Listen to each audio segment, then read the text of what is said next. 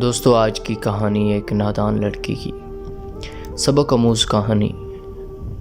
एक ऐसी लड़की की कहानी जो अपना सब कुछ छोड़कर जावेद के साथ भागने वाली थी, लेकिन ऐन वक्त पर ऐसा क्या हुआ कि उसे किस्मत ने भयानक अंजाम से बचा लिया। वो हाँफती कांपती सीढ़ियाँ चढ़ती छत पर पहुंची। जाने क्यों नीचे जाने की बजाय वो ऊपर आ गई। फ़ोन बजने लगा। एकदम से उसने साइलेंट का बटन दबाया और सीढ़ियों की जानिब देखने लगी। जावेद। वो फ़ोन उठाते हुए बौखलाए हुए अंदाज में बोली, मैंने सब सामान तैयार कर लिया है, कहाँ हो? मैं बस पहुंचने वाला हूँ, तुम इत्मीनान रखो और हाँ, जल्दी से नीचे आ जाना, हमारे पास वक्त बहुत कम है। जावेद ने जल्दी से जवाब देते हुए फ़ोन बंद कर दिया। शबनम के लिए यह इंतज़ार इतना तवील हो गया जैसे बरसों से वो इंतज़ार कर रही हो। घबराते हुए वो छत की दीवार के पास आई और यूं ही नीचे झांकने लगी थी, मगर ये क्या, उसका दिल लम्हे के 1000वें हिस्से में जैसे रुक सा गया हो। जावेद गली के नुक्कड़ पर बाइक पर अपने 2 दोस्तों के साथ था और उसके दोनों दोस्त बाइक से उतरकर एक साइड पर हो गए और जावेद का रुख शबनम के घर की जानिब था। शबनम ने दोबारा अपना फ़ोन निकाला और जावेद का नंबर मिलाया। कॉल उठाते हुए वो बोला, जल्दी नीचे आओ, मैं आ गया हूँ, और ये बताओ अपना जेवर और नकदी साथ लिया है ना? तुम अकेले आए हो ना? शबनम ने उसके सवालों को नज़रअंदाज करते हुए पूछा। हाँ, मैंने अकेले आना था तो जाहिर है अकेला ही आया हूँ, जावेद झुंझलाते हुए बोला। तुम फ़ौरन आओ, वक्त कम है। वो घड़ी की तरफ देखते हुए दोबारा बोला, मगर शबनम पर तो जैसे सख्ता तारी हो गया। तुम सच कह रहे हो ना, तुम अकेले ही आए हो? शबनम की सुई वहीं अटकी हुई थी। जावेद पर जैसे शक गुजरा। वो फ़ौरन नरम अंदाज अपनाते हुए बोला, क्या कोई अपनी ज़िंदगी से भी झूठ बोल सकता है? मैं तुम्हें किस तरह यकीन दिलाऊं कि मैं तन्हा हूँ? तुम आओ और ख़ुद देख लो, मैं तन्हा आया हूँ। अब की बार वो कुछ ज़्यादा ही तफसील से जवाब दे गया। दोनों तरफ सुकूत छा गया। शबनम की आवाज़ ने सुकूत तोड़ा तो जैसे जावेद पर हैरतों का पहाड़ टूट पड़ा। वो कांपती आवाज़ में बोली, चले जाओ और अब दोबारा कभी मेरे घर का रुख ना करना। अगर तुम यहाँ आए तो जान लो, मुझसे बुरा कोई ना होगा। उसे अपनी आवाज़ किसी खाई से आती महसूस हुई।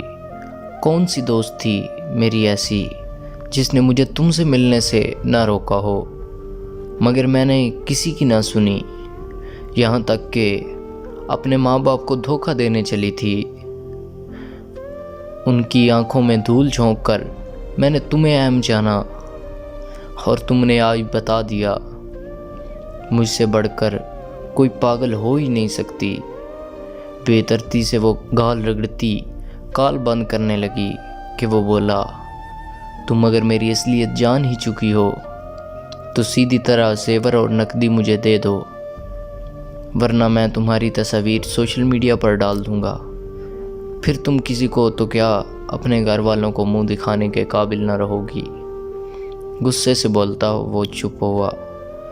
हर बेईमान इंसान की तरह वो अपनी असलियत पर उतर आया, मगर शबनम पर उसका असर न पड़ा। वो फट पड़ी, जाओ जो जी में आए कर लो, मैं किसी सूरत तुम्हें फूटी कौड़ी नहीं देने वाली।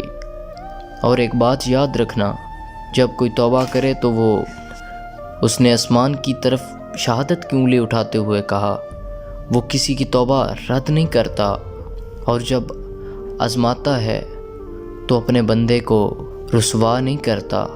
ये कहते ही उसने फ़ोन बंद करके दीवार पर दे मारा और ऐसे रोने लगी जैसे उसका कोई अपना मर गया। मर ही तो गया था उसका ज़मीर। क्या होता अगर मैं छत पर ना आती? और उसके दोस्तों को ना देख लेती, यकीनन मेरा भी ज़िक्र उन लड़कियों में होता जो अपने वालिदैन की नाफरमान होती हैं, दर दर ठोकरें खाने वाली, जिन्हें फिर कभी इज़्ज़त नहीं मिलती, जो माँ बाप की इज़्ज़त को उनकी दहलीज़ पर रोंद कर अपनी ख्वाहिशात के पीछे घर से निकलती हैं, पछतावे के आंसू बहाती हैं।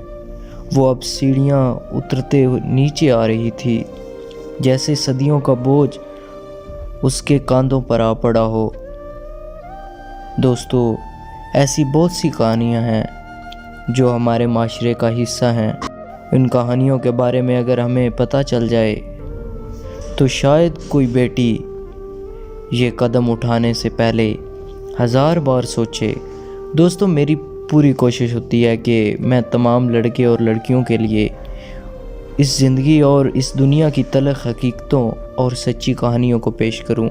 क्या पता मेरी कोई कहानी सुनकर किसी को कोई सबक मिल जाए और वो अपनी ज़िंदगी को बर्बाद होने से बचा ले। दोस्तों, बहुत कम वक्त है ये ज़िंदगी जीने का। खुद को पाक रखें, बाकिरदार रखें, अपने किरदार को दागदार ना होने दें। ये ज़िंदगी बहुत कम मोहलत दे रही है हमें कुछ अच्छा करने की। कुछ अच्छा कीजिए, अपने रिश्तों का ख्याल कीजिए, उनको वक्त दीजिए, उनको प्यार दीजिए, खुद को मजबूत और बाहिम्मत बनाएं। उम्मीद करता हूँ कि मेरी आज की ये स्टोरी तमाम लड़कियों को बहुत पसंद आई होगी। अपनी राय का इज़हार कमेंट बॉक्स में ज़रूर कीजिएगा।